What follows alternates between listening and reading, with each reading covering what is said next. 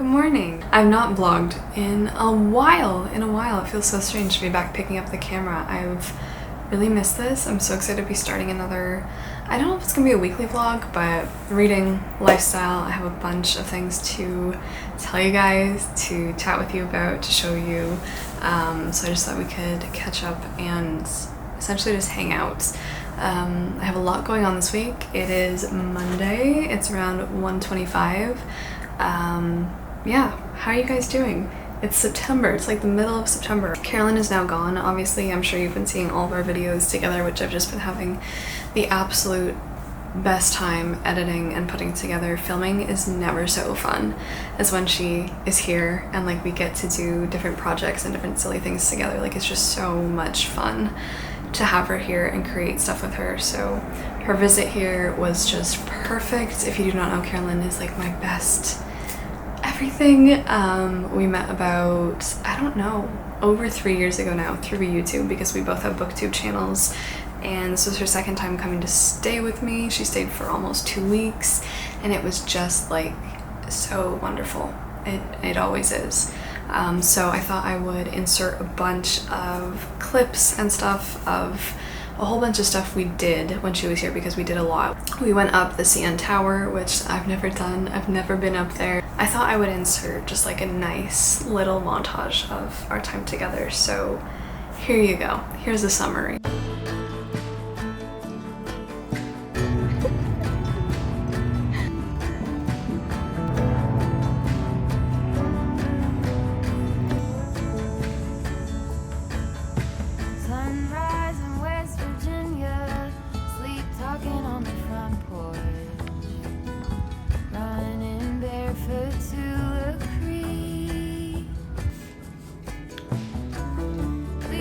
Welcome to Carolyn's salon. What would you call your salon? Capelli di Carolina. Amazing. Thank you. What are we going for today? Just gonna dye it pink. I'm gonna bleach it. Oh, okay. So that it looks like straw. Oh, well, good. Because in order to dye it pink, you'd have to bleach it anyway. Yeah, true.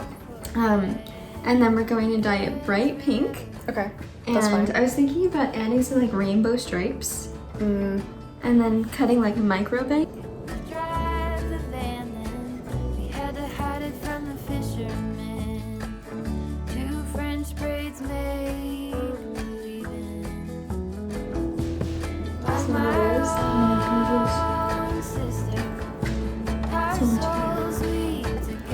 First I'm thinning it. Okay. I'm just going to do like little bits. Whoa. And I always think thinning looks best when you like don't do it all in a line, where you just like take the section and do like little sections of the section. I think there's a lot to be thinned, honestly. Yeah. Emma's hair, thick. She's thick. All of Emma's hair. And she I'm still bald. has a bunch of it.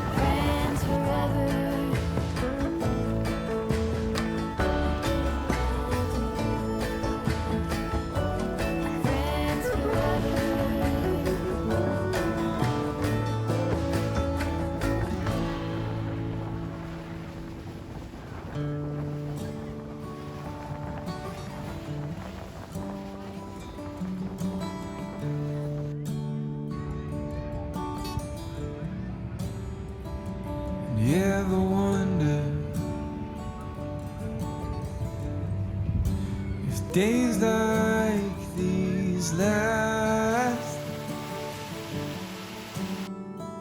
with one another, with the feeling pass. Would you find out with me if it all starts to crumble? We'll search the pieces for a hope or a mumble.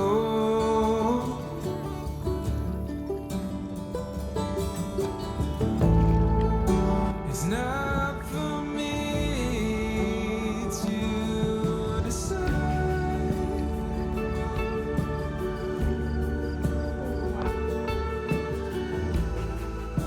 if I should be the one by your side.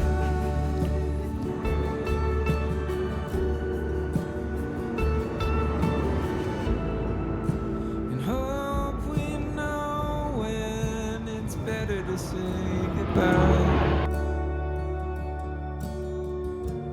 We also watched so many movies. I'm really not a big movie person. Carolyn, I think, well, she is much more than me, but we watched a bunch of movies. We watched Mamma Mia. Let's talk about them. Let's rate them. We watched Mamma Mia 1 and 2, which I'd never seen before. I loved the first Mamma Mia. I really loved it. I was not expecting to, but just fell in love with it, and all I've been doing this week is blasting the soundtrack. Second Mamma Mia was still good, but not my favorite. Lily James is also not a personal favorite actress of mine, but the first one I just think obviously you can't really top that, so we watched both of those, which was so fun. I made her watch My Neighbor Totoro. Love My Neighbor Totoro so much, so much. So we watched that, which was really wholesome. We also watched Little Women, which I had not seen. I didn't like this, as I thought I was really gonna like Little Women, the film, but I wasn't overly wowed by it. A couple of the performances were obviously top tier, and some of them, were a little bit lacking, but overall I liked it. I just didn't like it as much as I thought I was going to.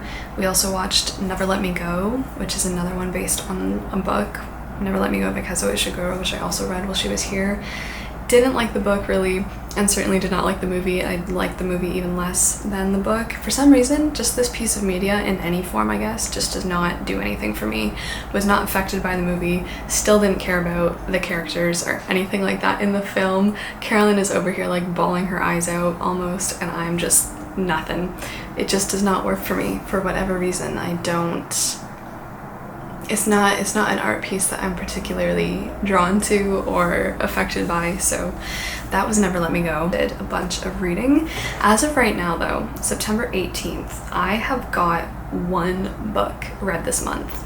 I have not been in a reading slump. I don't really characterize them as reading slumps, but I just get quite busy with things, or I've been finding the past few months I've just haven't really been drawn towards picking anything up, which is strange because after I finished my thesis, which I can also say in very maybe big news that I got my paper back and it just went really well, and I'm trying to be very pleased with it because I am quite hard on myself, but trying to just be you did a stellar job. So I got my thesis back, but the thing was that after I finished it, I was I'm gonna read so many books because I've had this list of stuff on hold in my mind that I've wanted to pick up, but for whatever reason, probably just because I'm taking a break from reading so much, I haven't really been reading anything, basically. When Carolyn was here, yeah, because reading with her is so fun and we did a 24-hour readathon, but like I said, it's been 18 days of September and I've got one book down, which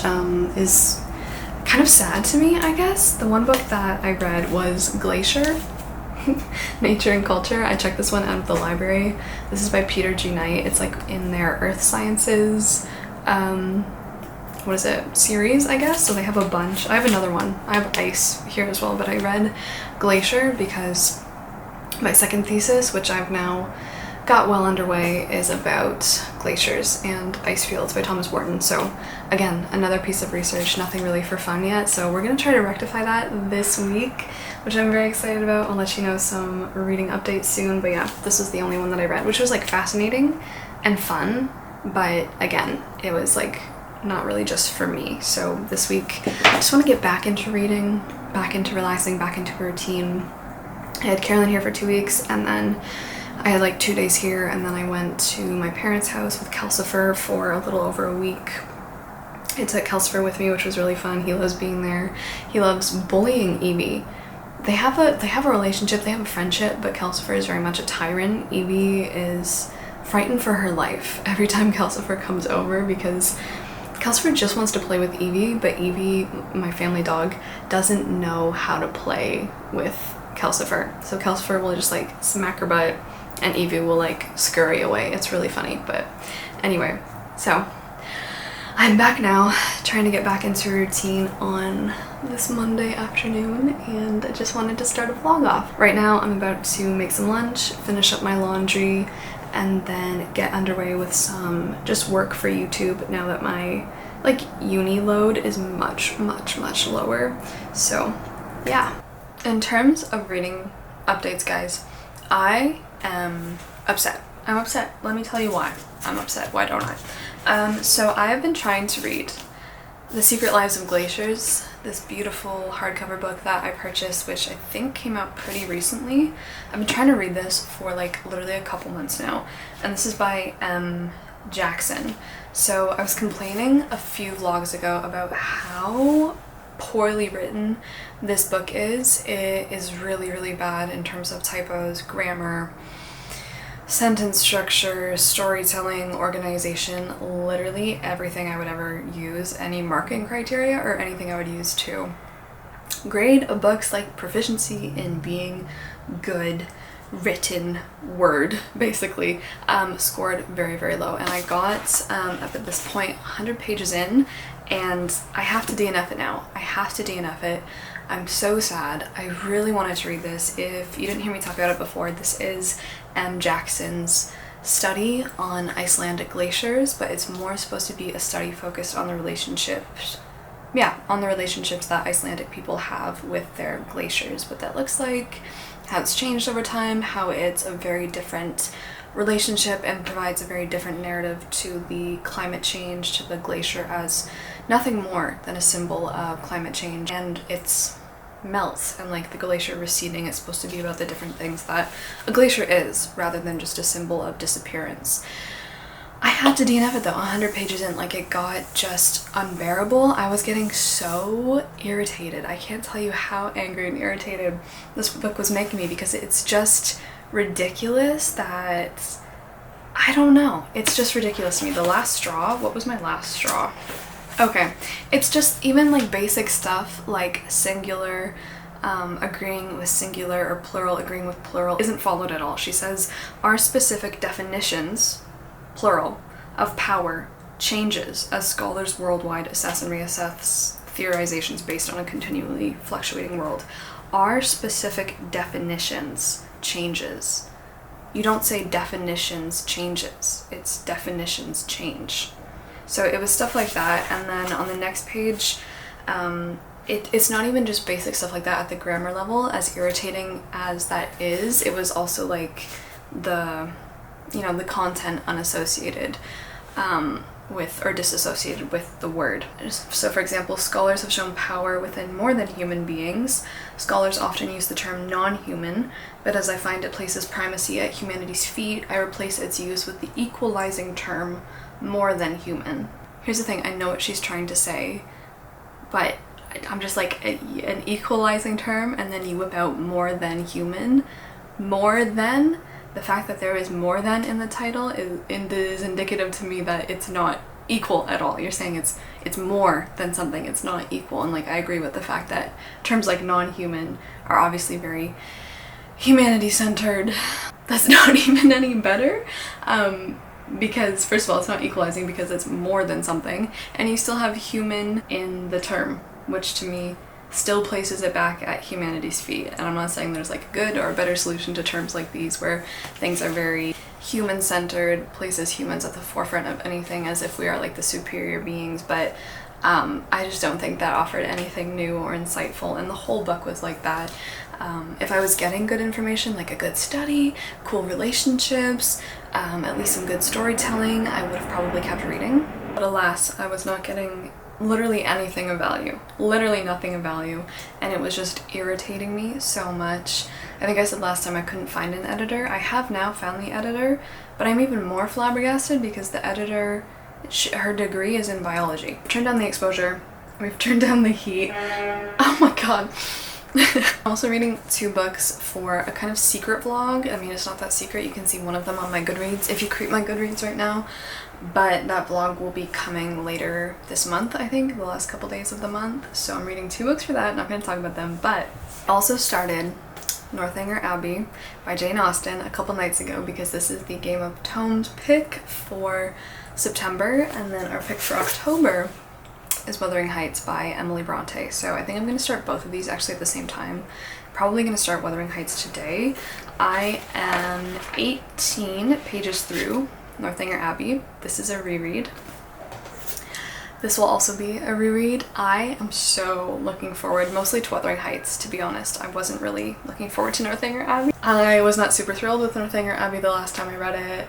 I found it really bland and boring. So I'm going into this hoping my reread of this one this time will be a little bit more fun, a little bit better. The theme for the spooky months is of course the Gothic, a parody of the Gothic, and I guess some Gothic romance in there as well. So yeah, Northanger Abbey is Jane Austen's little satire about the effects of Gothic literature on the mind of young women. So we follow Catherine in Northanger Abbey. She's a young lady just kind of making her way into society. She goes with some relatives or family friends to Bath, England, where she's kind of making her a little bit of a debut in society. She meets a whole bunch of people there. At the same time, she is reading a lot of Gothic novels, primarily Anne Radcliffe, I believe.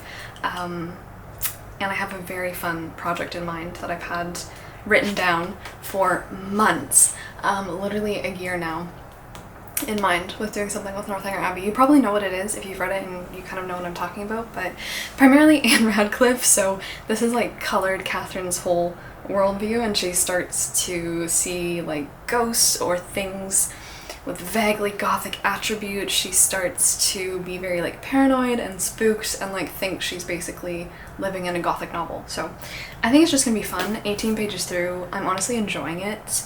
I feel like I'm cut out for like the Bath, going to the pump room, going to balls, riding around in a carriage, going to sleep, taking various naps throughout the day.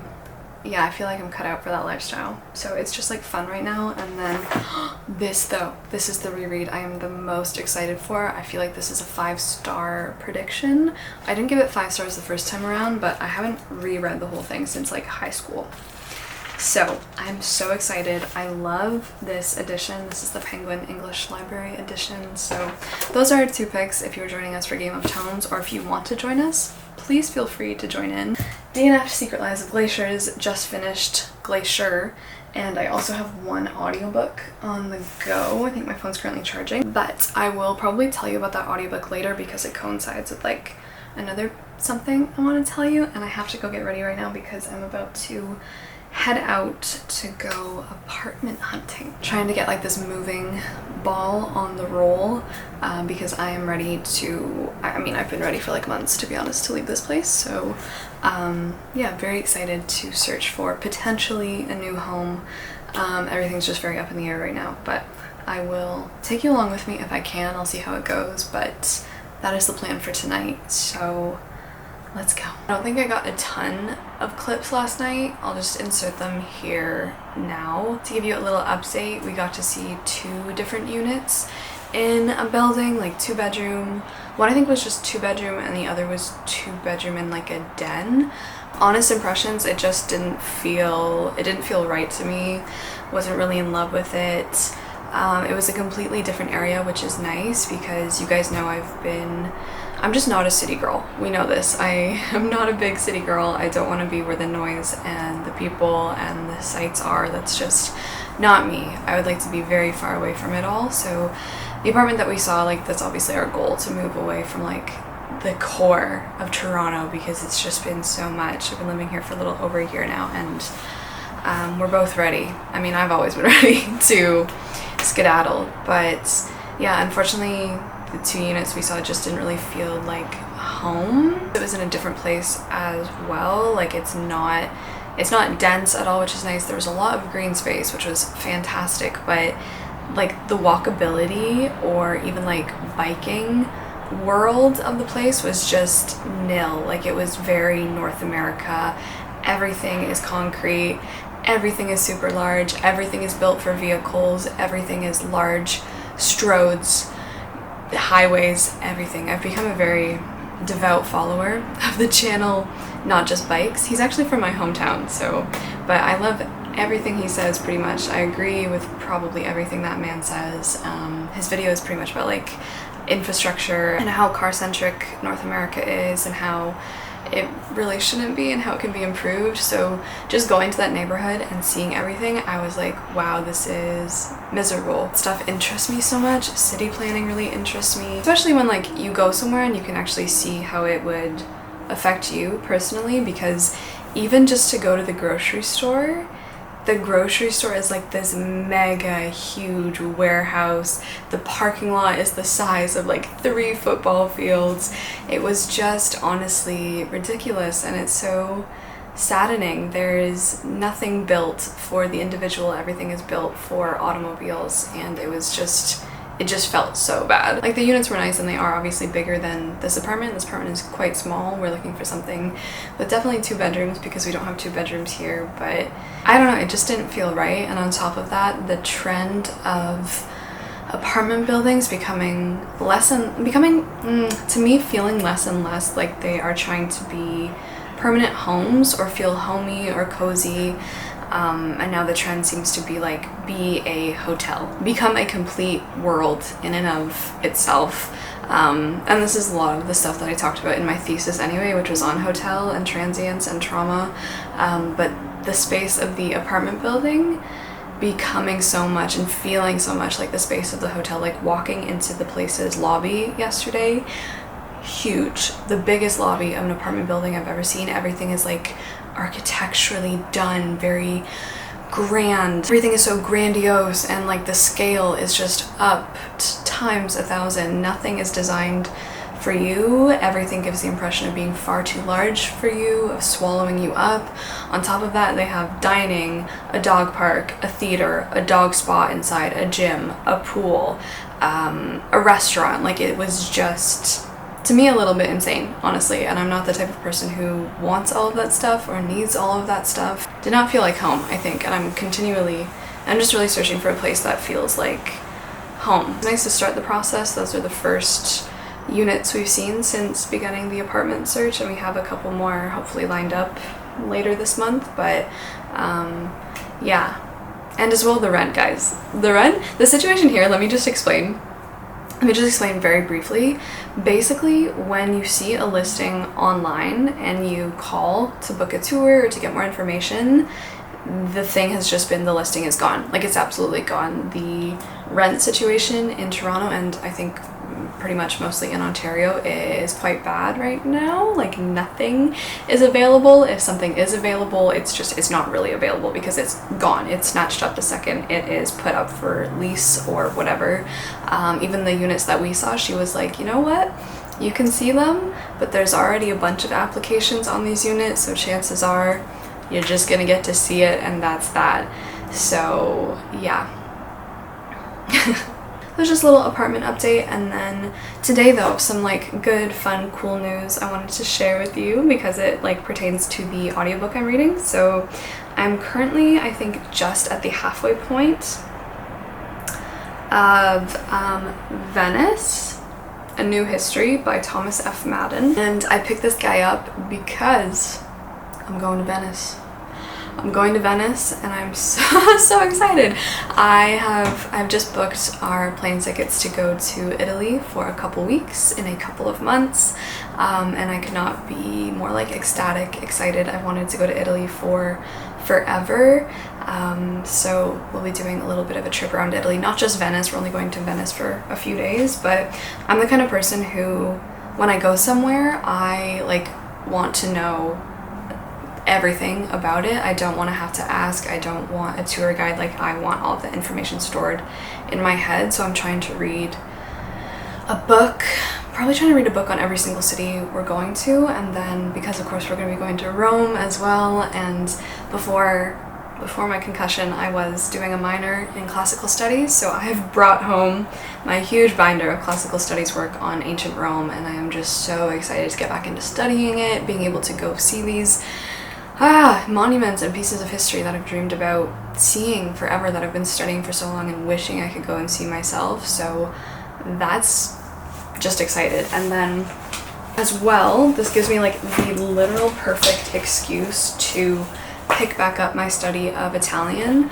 I'd like to become a lot more fluent. I have taken Italian at university, but I've been out of those courses for a while now, and of course I don't have anyone to speak Italian with. I don't use it in my day-to-day, so I've lost it a little bit. But I brought home, when I went home, I brought home all of my exercise books and my course notes from the classes, so I have been going through everything, revising everything, and yeah, very excited to pick the language back up. I love the language, and the goal is definitely to be able to speak to people in Italy when I go to Italy. Like, I would like that, first of all, confidence, because that's a lot of like social anxiety. I have a huge fear of sounding stupid, of messing the language up. I'm like, no, if someone came up to me learning to speak English or trying to speak English, I wouldn't think anything of it. I'd just be like, that is so incredibly cool.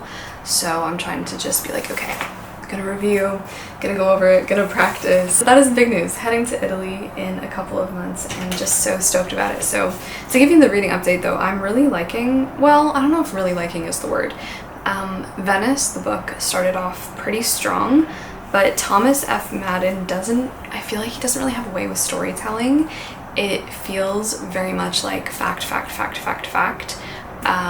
It is all focused on the development of the city of Venice from the fall of the Roman Empire, because Venice was pretty much formed from refugees fleeing the fall of Rome and setting up home in Venice, kind of this cycle of refugees coming to Venice, searching for a home, searching to rebuild, and that's how the city first, I guess, started to be built up.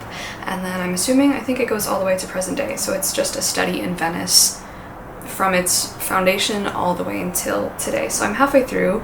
We're currently in the Black Plague era, so things are not going well for Venice, but it's been so interesting, although like I was saying, he does have a very cold, flat, stale way of narrating where it is just fact after fact after fact. There's not a lot of creative work being done here or effort to engage the reader, I don't think. So a lot of it has been a little bit bland, but that's kind of what I'm in the mood for right now, so it's all working out. So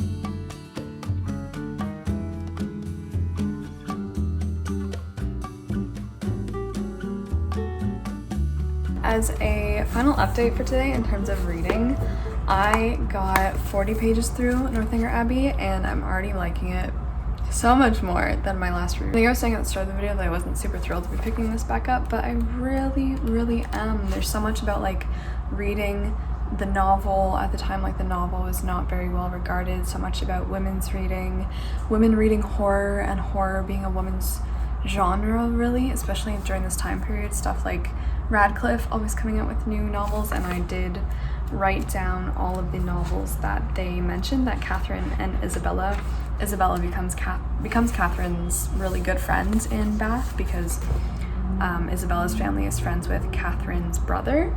Hi, baby.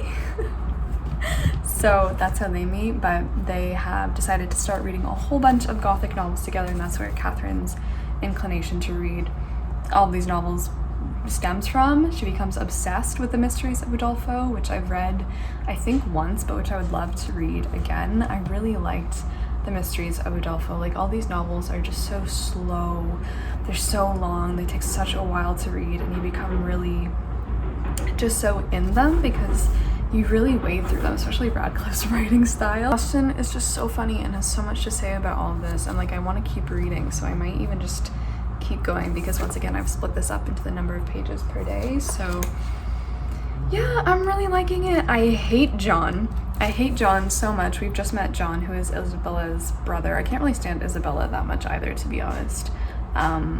Who do I like? I like Mr. Tilney, obviously, right now. Although I kind of forget a lot of stuff that happens, but I hate John. Oh, he's so awful. Austin just has so much to say about the novel. Women are embarrassed or put down for reading novels. Like, for example, Catherine. John is becoming like very forward and straight and kind of like courting Catherine a little bit, and he dismisses novels and reading as, you know, of little importance. But it is only a novel, or in short, only some work in which the greatest powers of the mind are displayed, in which the most thorough knowledge of human nature, the happiest delineation of its varieties, the liveliest effusions of wit and humor are conveyed to the world in the best chosen language. Yeah, I'm just loving it. And it's so fun too in like this time period to see characters commenting on books that are coming out or have come out in like their recent years, and like how they react to them, what they're reading, what the people of the day are reading. I think that's so cool. So already feeling like I have a lot to say about this in terms of the discussion, and I'm really enjoying it. And then I just wanted to update you that I'm about to start Wuthering Heights. I'm literally about to sit down right now and start reading Wuthering Heights from page 1, and I could just not be, I'm just ready, man. I am ready for Wuthering Heights and the pain and the misery and everything like that. So yeah, those are my reading updates on those two. Going really well, about to start Wuthering Heights, and yeah, I think I'm gonna end the vlog off here for now, get started on reading, and then make dinner. Tomorrow, unfortunately, I have a very busy day of doctor's appointments, which is not going to be very much fun, but we shall just kind of see how that goes. Hopefully just get through it all. So yeah, just still stuff to do with my head and post-concussion syndrome, unfortunately, so it just all feels a little bit never-ending, but you know, I'm glad I have some good books to accompany me. So that is that. I want to say thank you so much for watching this vlog. Kelsifer is looking like he's about to knock down the camera, so I'm gonna go essentially, and I hope you have a really great night or day wherever you are, whatever you're doing. I really hope you guys are doing well. I adore you all so much, and I will see you in my next video. So ciao.